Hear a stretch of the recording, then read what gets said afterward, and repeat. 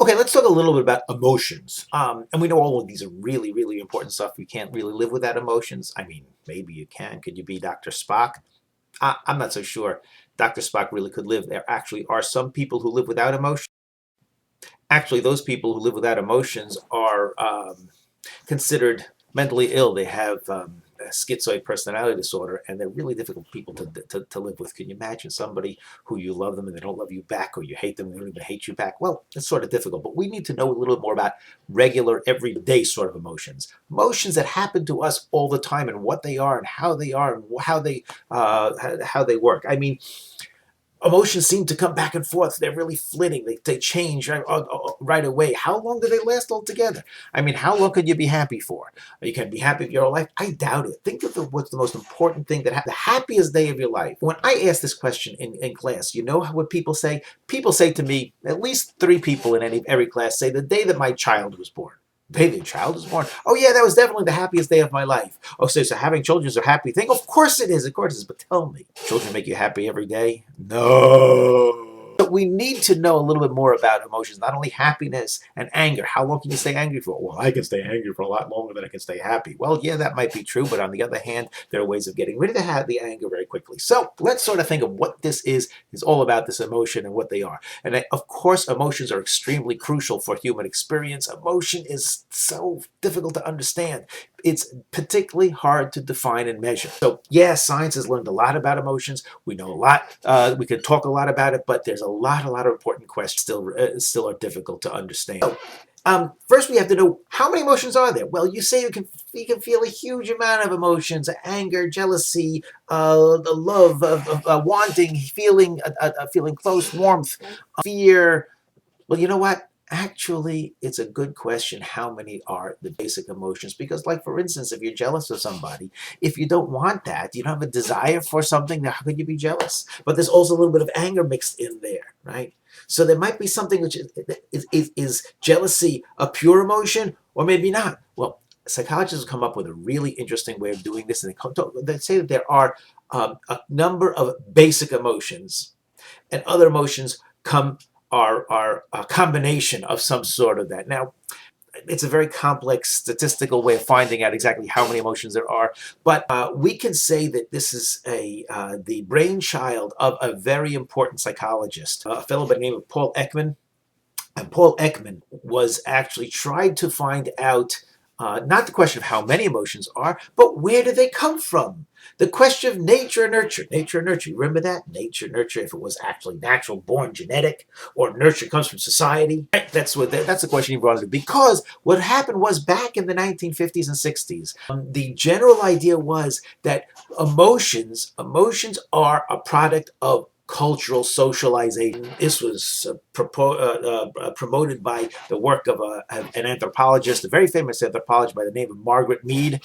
And she said that all the emotions are different, are different from one place to another. And in fact, there's some sort of truth to that because we found even today that the expression of emotions are culturally based. Some sort of expression of emotions are culturally based. For instance, there's a recent research in about 2-3 years old that the Japanese, when they listen to emotion, they don't look at facial expression, but rather they listen to the tone of voice primarily on top of facial expressions, which us Americans, we look at facial expressions. Now, but he wanted to find out if that's really true. So what he did was he wanted to find out if you could look at facial expressions and you can look at emotions, expression of emotions, and be able to determine by looking at what the emotions are. And what the question then would be, how do you find a place where you can look at this experimentally? In other words, you need to find a place, some place or another. You need to find a place where there are people, a culture, who don't know anything about culturally learning the expressions of emotions. In other words, we learn from our parents, but we also learn from society in general. We learn from movies, from television, and from newspapers, and from our pastors and priests, and all these people. Everybody is pushing on to what it means. If you're crying, that must mean you're sad. If you are smiling, that means you're happy. Is that really something because we were taught that that's, or maybe it's inborn, maybe it's hardwired. Um, so he went out to find a culture, and he found one, someplace in New Guinea. Um, right in the hills of New Guinea. That's, you remember where the headhunters live? No, he didn't go to that culture. He went to another culture, a more peaceful culture. And what he did was like this. He took pictures of faces, Western faces, because they'd never seen people like that, and told them simple stories. Stories like the person lost his son, and showed pictures of different emotional faces. And can they actually identify the particular emotions? And he actually did that. He measured a huge amount of people, and he came up with 6 basic emotions, right? 6 basic emotions. And he said there's no more than 6 basic emotions. Number 1 is anger. Number 2 is disgust. Number 3 is fear. Number 4 is happiness. Number 5 is sadness. And then the 6 is surprise. And you can look at these pictures, and you'll see what is which one is which, and you can probably identify it. Later on, he added another one, which is called contempt. Contempt. Let's think about contempt. What it means. It means like I hate, right? I hate you. Interesting about contempt that is really important. The most important single predictive factor of a failed relationship is when you get the emotion of contempt in there. You might be angry at your loved one. That happens all the time, but that doesn't mean you're going to break apart. But if you get the emotion of contempt, right, then that's going to happen.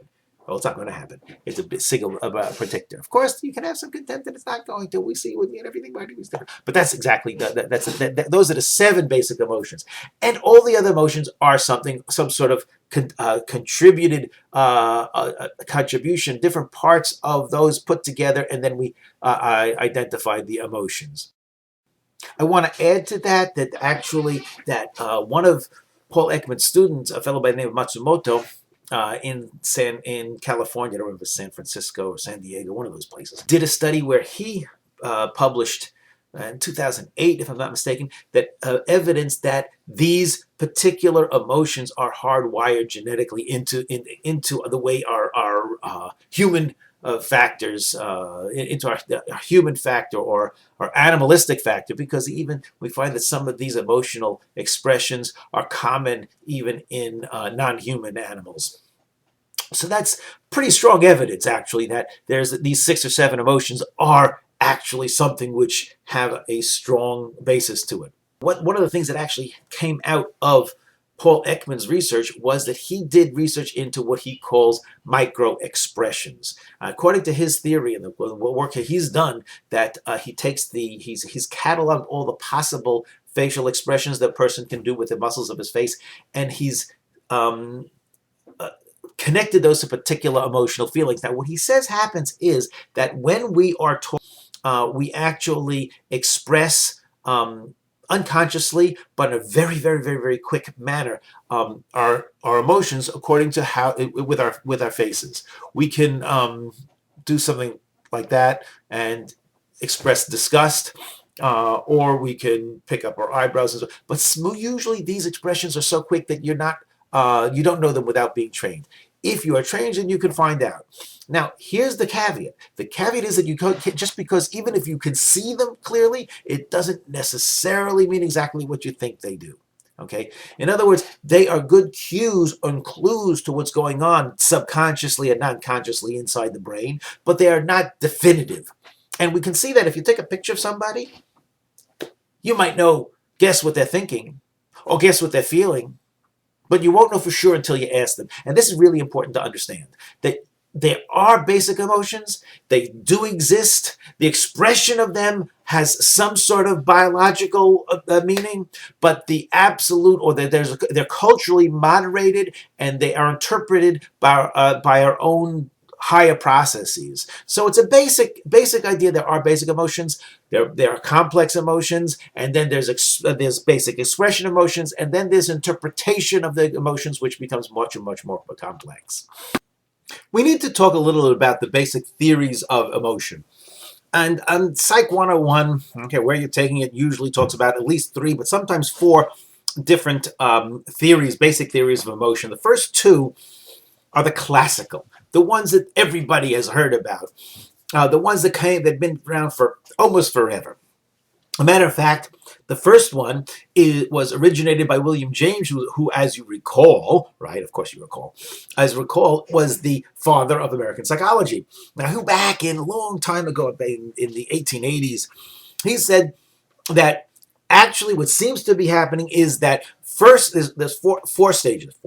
1, 2, 3, and 4 stages. Okay, number one, there's some sort of stimulus in the environment that comes at you, a bear coming at you, he would say, or a shark or a scorpion or some sort of something, right? And then your brain, something goes on in your brain, in the brain that starts a stimulus that interprets what's going on, and the physiological changes come about, right? So the physiological changes make you feel the emotion. I'm scared, I'm running away, right? And of course, you may or may not show it, but you're going to actually feel it. And when William James came up with this, somebody else, a fellow named Lange, in Europe, I think in France, he came up with the same theory. So as a result, they came together, called it the James-Lange theory of emotion. In other words, the first thing is the experience of emotion is a result of the arousal that we're feeling in our body. It goes from the brain to the body, and then we interpret and understand this is the way we feel. Right? James-Lange theory of emotion. Now, his student, a fellow named Canon, right, came up with another theory. He said, wait a minute, I don't agree with you. I'm going to make a different theory. Right? And this is, again, a classic theory. This goes back into the beginning of the 20th century. And he did it along with a fellow named Bard. So it's the Canon-Bard theory of emotion. Okay. Now the Canon-Bard theory of emotion actually says that the experience of emotion itself is accompanied with the physiological. Right. So in other words, basically, we're saying that wow, this is too fast. Why you can't say this happened? There's all these processes, one after the other. That's not what's going on. It's too fast. So he says the Canon-Bard theory of emotion is basically that it happens all at once. Right? The emotion is accompanied with the physiological arousal, or the emotion comes before the physiological arousal. That's the Bard theory. Okay, that is the first two theories. The third theory, which I actually think should be the fourth, but we'll call this a third theory for now. But I'm saying it as a third theory because we already mentioned Matsumoto, who the student of Paul Ekman, and because he has what we call the facial feedback hypothesis. Now, he doesn't even claim that this is the whole story, but he does claim that this is an important factor in the way the emotions are evolve. And what he called the facial feedback hypothesis is basically that there's a stimulus from the outside, just like everything else. There's going to be some sort of stimulus from the outside, and the brain has some sort of interpretation of it, but what it does is it feeds straight to the facial muscles. His evidence is in these micro expressions that come automatically, even if you try to control them. So it comes automatically to the facial muscles, and then we actually feel the way our faces feel. I mean, if you make a face like this, you know there's that. You know what it means, right? No, but it's not necessary. The brain, even a microsecond, it happens, and you feel it in your brain, and you understand it, and then you're going to start interpreting it as being as your emotion actually is. So that is number 3, which I like to make number 4, but we'll call it number 3. Number 4, which is one of my favorite, actually, that theory, is the Schachter Singer experiment, which is like this. Basically, the question is, okay, so we have a physical thing. The question is, if we have a physiological reaction, a physiological state, right, does that determine our emotions? Right? Now, they had a very simple experiment. I don't think it's actually would be called ethical nowadays, actually, in a sense. However, that being said, it was a very important experiment. And I'll give you a synopsis of it, not the whole big thing, because I don't think we're not doing the actual piece of the research. But it's basically like this. They took some students, right? Probably intro to psych students. And they told them that they want to participate in a learning experiment. And the question was, how does vitamins, an injection of vitamins, affect your ability to learn whatever they're going to be learning? Now, unbeknownst to the participants, which makes it unethical nowadays, they gave them, instead of a shot of vitamins, they gave them a shot of insulin. epinephrine, right? You know what adrenaline does, right? Adrenaline makes you all hyper, right? It makes you excited. Gives you a physiological reaction, a strong, simple physiological reaction, right? People go out special to get adrenaline rushes, right? So here they were giving adrenaline rushes, but not known that they were getting an adrenaline rush, or they're getting a shot of adrenaline. And then they put him in a room to wait. A room to wait, and they're waiting for the experiment to begin. It's raining, right? So he's sitting, he's waiting on him. And they put in an accomplice comes in. Something sits down, plops down right down next to him. Now, here we go to the independent variable. The question is, what type of accomplice is going to be sitting down next to the participant? Okay, there are two possibilities. That makes it the independent variable. There are two possibilities. One is a happy guy. He's having fun. He's throwing paper airplanes. He's singing and dancing. It's a great time we have, right? Whatever it is. Okay. And the second condition, the second possibility for this independent variable, is a guy sitting there.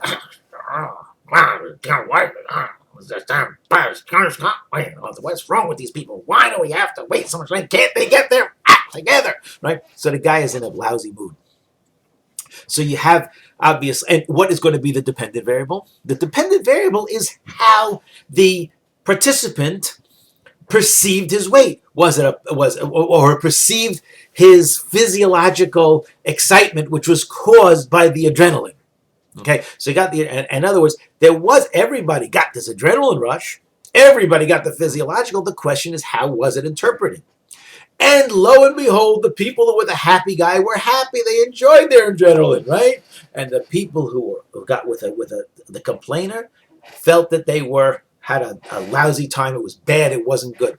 So Schachter and Singer said like this: well, yes, there's physiological, but it's the interpretation which we choose to do, as influenced by the social environment. That is what determines the emotion itself.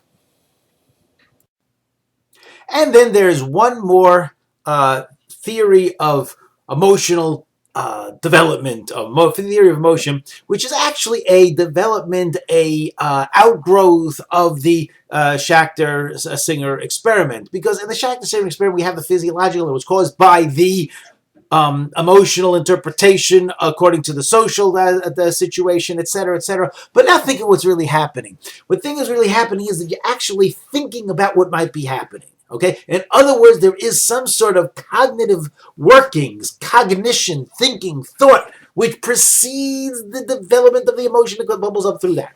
And that we call that is the cognitive appraisal theory. The cognitive appraisal theory basically says like this. What is cognitive appraisal theory? It says that you think about something and the thought engenders the emotion, right? So you can be thinking about some wonderful, like, I'm going to win the lottery, right? Last week there was a $400 million lottery, right? And I buy a ticket. Now I'm thinking, I bought a ticket. Okay, I'm going to win this ticket. And I think I won the ticket. I won the $400 million, right? So then the thought itself, what is it going to do? The thought actually pushes through. Now I'm happy, right? I won that $400 million, right? It's only a thought of it. I didn't actually get it into my hands yet. Nothing actually happened. I only thought. I mean, that's all that happened. It turns out I was mistaken, right? And then, right? So it's the emotion, right? The emotion is which engenders it, right? Of course, you can have emotion without thinking about something, right? Something can happen. You can walk in the park, this and that. All of a sudden, you feel this wonderful, happy, joyous feeling coming down through, right? So, it's that happens is still a cognition, maybe not a conscious cognition, but a subconscious. It's an appraisal of what's going on, appraisal of the situation, right? It's this non-conscious process which comes through afterwards. So you're walking down, you're taking a walk in the park, you're taking a walk you're going out to on a hike with your sister, right? And all of a sudden you jump back and you knock your sister over, right? What's happening? He says, I was afraid. What were you afraid of? Well, there was a snake over it.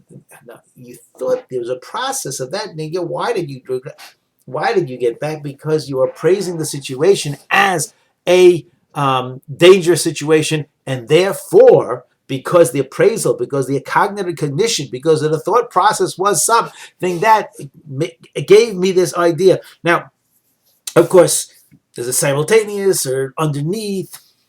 That gets a little bit murky. But these things will still be happening, still be thinking about. And it sort of makes sense. It's sort of like an amalgamation, a combination, a configuration of many of these theories that happened beforehand.